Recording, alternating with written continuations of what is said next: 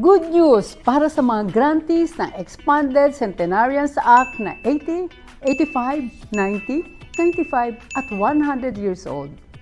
Para matanggap ng mas mabilis at safe ang inyong mga cash gift, digital o electronic fund transfer na ang ating pamamahagi. Pumunta lamang sa official website ng NCSC para ma-download ang updated claim form.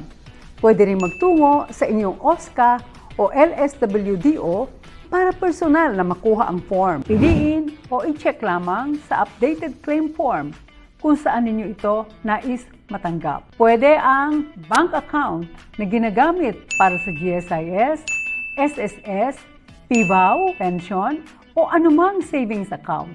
Maaari din mag-open ng Land Bank Piso account. Pwede rin ng GCash basta verified o kaya sa pinakamalapit na Palawan Pawn Shop sa inyong lugar. Tandaan, dapat nakapangalan sa ECA grantee ang napiling bangko o GCash account. Matapos sagutan ng form, maaari na itong ipasa sa OSCA o LSWDO.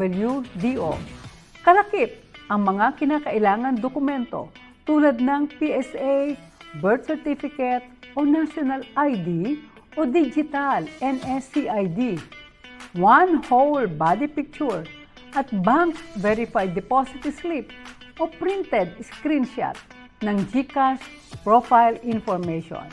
Hintayin ang notification o tawag mula sa NCSC Regional Office para sa confirmation ng transaction account at online crediting ng inyong cash gift. Sa lahat ng mga qualified grantees ng Expanded Centenarians Act Program, less hassle at mas mabilis na ang pagtanggap ng inyong ECA cash gift. Dahil sa digital o electronic fund transfer, ECA'y bilis ng serbisyo, deserve na regalo, diretso sa inyo.